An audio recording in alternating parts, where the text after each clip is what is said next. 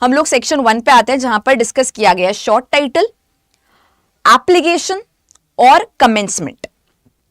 Act का short title क्या है, भारतीय साक्षी अधिनियम का शॉर्ट टाइटल क्या है, इसकी एप्लीकेशन किन पे होने वाली है और इसका कमेंसमेंट कब से होने वाला है। ये 3 चीजों का जवाब आपको सेक्शन नंबर 1 देता है बहुत ही सिंपल तरीके से। शॉर्ट टाइटल, अगर हम लोग से पूछा जाए कि शॉर्ट टाइटल किसी भी एक्ट का क्या है, तो जो एक्ट का जो नाम होता है वही इसका शॉर्ट टाइटल होगा, द भारतीय साक्षी अधिनियम 2023।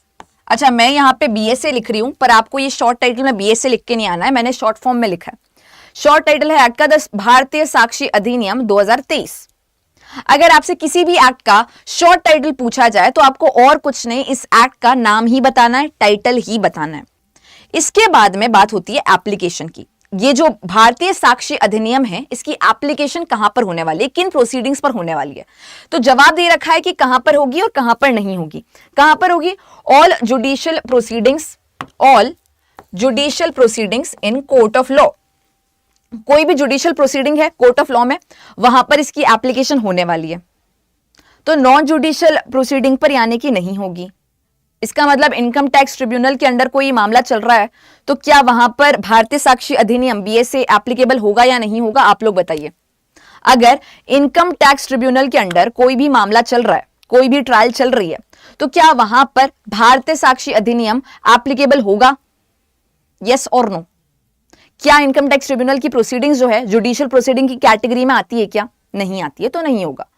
तो सिंपल सी बात है, all judicial proceedings before the court of law, या फिर इंक्लूडिंग कोर्ट मार्शल की प्रोसीडिंग्स। कोर्ट मार्शल क्या होता है, एग्जाम्पल के तौर पे आर्म फोर्सेस के मेंबर्स ने कोई भी ऑफेंस कमिट किया है, नेवल फोर्सेस यानी कि मिलिट्री के किसी भी पर्सन ने अगर कोई ऑफेंस कमिट किया है, तो उनकी जो प्रोसीडिंग होती है वो कोर्ट मार्शल के समक्ष देखी जाती है।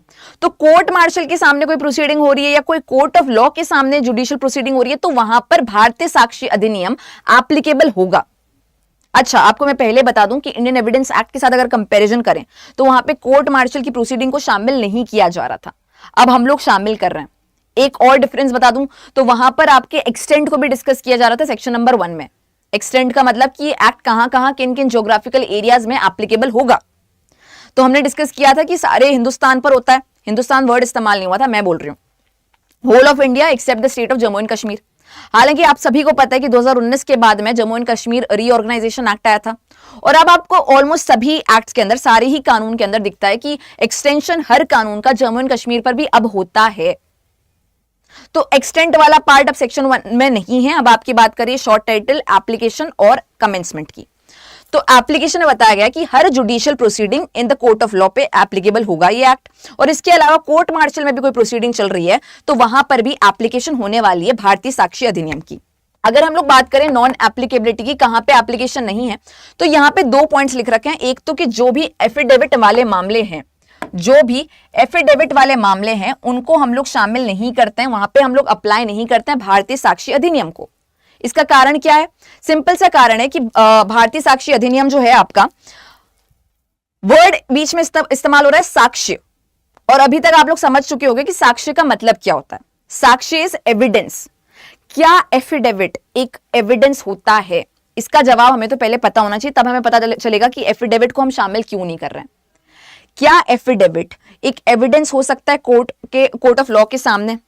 नहीं होता है एफिडेविट, तो इसी वजह से हम लोग इसके ऊपर एप्लीकेशन भी नहीं कर रहे हैं। इट इज नॉट अ साक्ष्य, it is not an evidence, इसी वजह से यहां पर अप्लाई नहीं हो रहा है भारतीय साक्षी अधिनियम एफिडेविट के मामलों में। इट इज अ डिक्लेरेशन, बिल्कुल हनफी जी बिल्कुल करेक्ट बोला है कि it is not an evidence, it is a declaration. Affidavit मैं बनाकर दे दूं कोई भी चीज पर कि एफिडेविट बना लिया है, तो ये एविडेंस क्या हुआ, ये तो एक तरीके का डिक्लेरेशन ही हुआ। तो जब ये एक एविडेंस ही नहीं है, जब ये एक साक्ष्य ही नहीं है, तो इसमें भारतीय साक्षी अधिनियम एप्लीकेबल कैसे होगा? तो इस पे एप्लीकेबिलिटी नहीं है।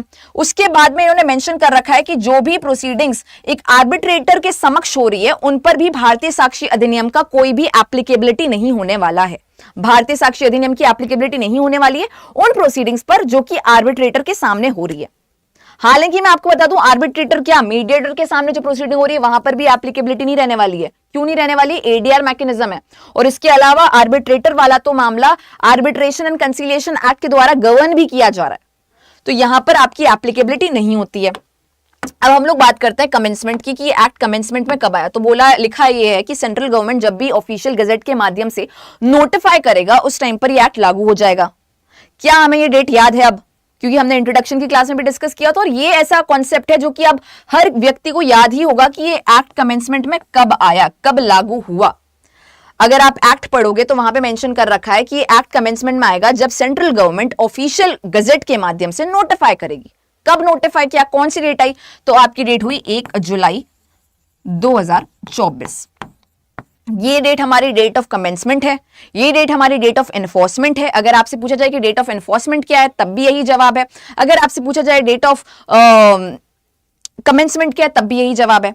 हालांकि अगर आपसे पूछा जाता है कि डेट ऑफ इनैक्टमेंट क्या है, तब आप क्या जवाब देंगे। अगर आपके सामने सवाल पूछा जाता है कि डेट ऑफ इनैक्टमेंट भारतीय साक्ष्य अधिनियम का, BSA का क्या है, तो क्या हमारा जवाब 1 जुलाई 2024 रहेगा? नहीं। डेट ऑफ इनैक्टमेंट वो डेट होती है जब प्रेसिडेंट साहब ने इस एक्ट को बनाने के लिए असेंट दे दिया था। दोनों हाउसेज ने बिल को पास किया, प्रेसिडेंट साहब की असेंट मिल गई थी। तो अगर हम लोग बात करें इनैक्टमेंट डेट की, तो वो आपकी होगी 25 दिसंबर 2023। ठीक है, बस। तो ये हमारा सेक्शन 1 का एक ओवरव्यू हुआ। शॉर्ट टाइटल क्या है, एप्लीकेशन कहां पे होगी, कहां पर नहीं होगी, कमेंसमेंट की डेट क्या है, सिंपल।